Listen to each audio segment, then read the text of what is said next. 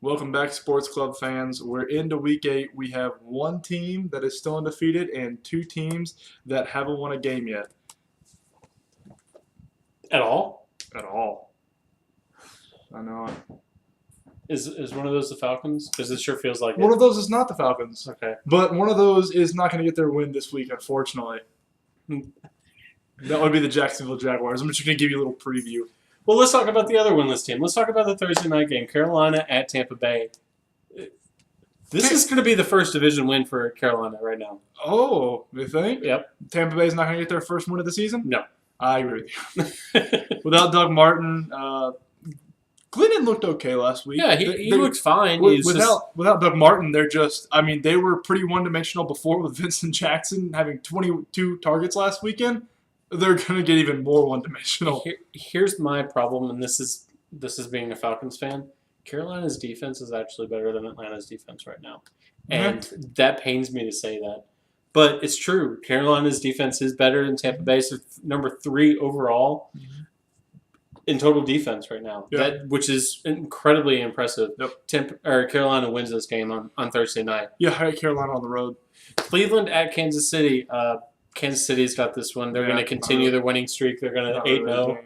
Yep, I agree. 8-0. Kansas City's going to win this. On the back of their defense, their offense hasn't looked real good all season, but their defense is just phenomenal. So the game manager, Alex Smith, keeps on trucking along. 8-0. The NFC East matchup of the weekend, the New York Giants facing off against the Philadelphia Eagles. This game is, you got a coin? Dude, you got one? You know what? I do not, or do I? Look at there. Oh, well, we could do gimmicks like this, but we don't like to go to Melon Mushroom anymore. Philadelphia wins at home. This is the first time also, and we didn't hit on this. We didn't hit on this in the in the recap show, but this is the first game all season that Eli Manning has not thrown a pick. So that helps. But I think Philadelphia is going to get another pick from Eli this week. Yeah, I guess Philadelphia wins. This division's so bad, and I'm a Cowboys fan. Philadelphia wins. I think Vic is going to come back this week, and that offense is a lot more dynamic when Vic is running it. Oh, completely 100% agree. Mm-hmm. Jacksonville continues to stay winless. They really cannot catch a break. I mean, there's only been 1 or 2 weeks in this season where they've even been close to having a win. I mean, they've had to play Seattle, not to play in San Francisco. Denver? Denver. Did they play Kansas City? I don't remember. But I just kind of feel bad for them. I don't. You don't like Jacksonville? No. How long do you think it's going to be until they move to Las Vegas? Vegas or Los Angeles? Either one. Rashad or Khan or whatever his last name is. Shaka Khan. Yeah, that's who it is. he may keep him in Jacksonville for a little bit. Jacksonville loses, guys. Yeah. San Francisco on the road. Dallas to Detroit. This game is getting a little bit more and more interesting. Which offense can actually get better and get stronger and actually push it over the edge? Well, we know for Dallas, DeMarco Murray and DeMarcus Ware are both out. That's our 2 best players on both sides of the ball. And with the Lions, what we saw last week is they were going punch for punch with the Cincinnati Bengals. And Megatron looked like he's on his way back. This is going to be a terrific game. The Dallas cornerbacks are going to have to play really, really well, and they've done okay. Other than the game against Denver, they've done pretty well. I'm going to have to go with Detroit at home on this one. I'm going to take Dallas on the road. I think Dallas keeps in the nickel formation a lot on defense to prevent against that pass-happy defense or offense in Detroit. Reggie Bush does get his touches, but for some reason, Dallas's defense against the rush is actually really good. And so Brandon Carr is going to have a huge game guarding Megatron if we want to have any chance. I think Dallas wins on the road. Miami at New England. Again, this is another matchup that I'm torn. Mm-hmm. Yeah, Tom Brady has not looked at the Tom Brady of old. I mean, on his deep passes, he has looked horrible. I mean, just absolutely. How much horrendous. is it though that he doesn't have any faith in his wide receivers? Well, it's not even that. It's just he's not even getting close on some of those throws that he throws over 20 yards. I mean, they're just not. They're not even catchable. They're not even in the realm of possibility for the wide receiver to catch. And I don't know what the problem is. I don't know if it's him getting older and it's the wear and tear on his body. But we did see when Gronk came back, Gronk only played about 50% of what his normal stats are, and he looked phenomenal. Over 100 yards receiving. Yeah. Yeah, and the only thing that I could tell that was different from Gronk from last year is when he went up for some of the jump balls, he went up with one hand instead of the two hands, kind of protecting that surgically repaired arm. But that's to be expected, and he still had over 100 yards. I don't see Miami going into the Foxborough, and taking it from the Patriots. I think the Patriots take this one at home. I don't either. And on the other end of this, the other side of the field, I think Miami, what they're struggling with right now is the offensive line. Mm-hmm. And I did mention this in the recap show, but their offensive line has just been awful. They've actually been looking to try to get rid of Tyson Clabo, who they just picked up this year from Atlanta. I bet they take him. Yeah, I mean, and I'm sure Atlanta would love to have him back because couldn't get worse. Yeah, no crap.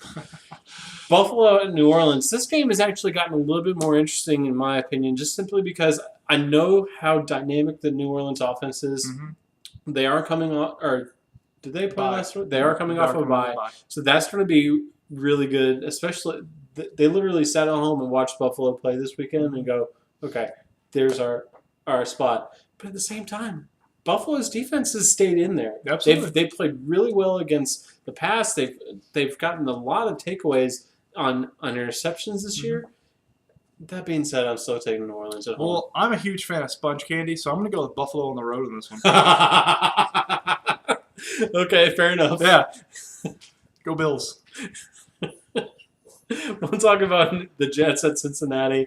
Cincinnati is actually at home. It came off a pretty good win against Detroit last week. 5-2, leading the division. Jets are coming off. Do you realize the Jets are only one game behind the division leader Patriots, and they hold the tiebreaker against them? That's unreal. The Jets. I mean, the Jets' defense has looked really, really good this year. Yeah.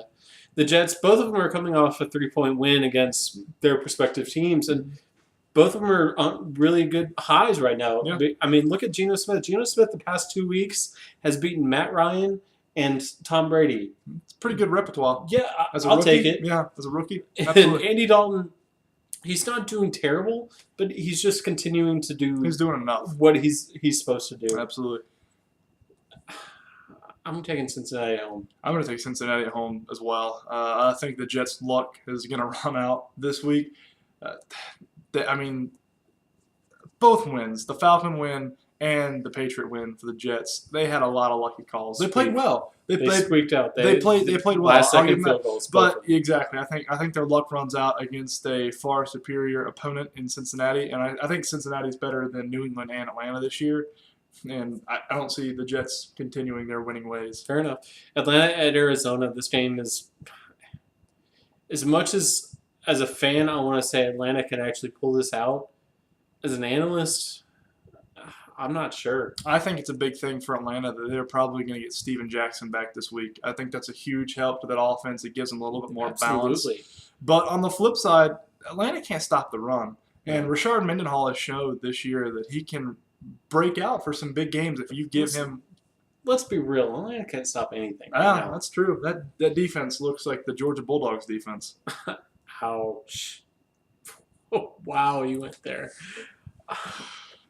Arizona at home. Yeah, I'm going with Arizona at home as well.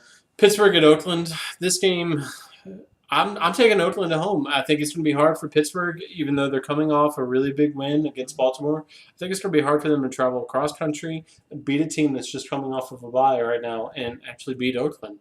Terrell Pryor's going to be healthy this week. Yep. He's going to have a full week to prepare for this defense. 2 weeks. He's had 2 weeks to prepare for this defense.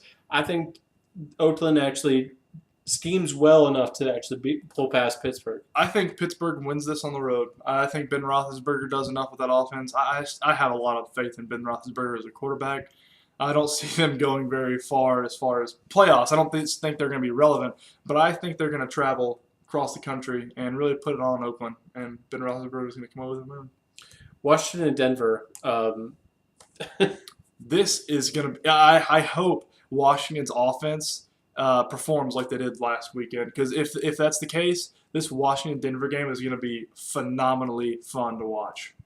I agree. I really think that Denver, coming off that loss last week against Indianapolis, which I just realized we didn't talk about in the recap show. How did we miss that? Don't know. Washington is coming off that Luck. big win. I know, we skipped your boy child.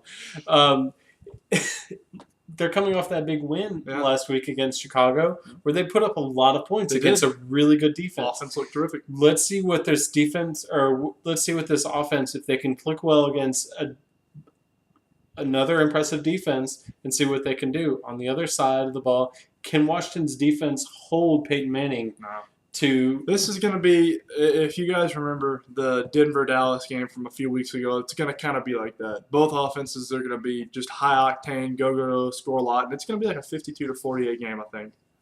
Okay, I've got Denver at home. I have Denver at home as well.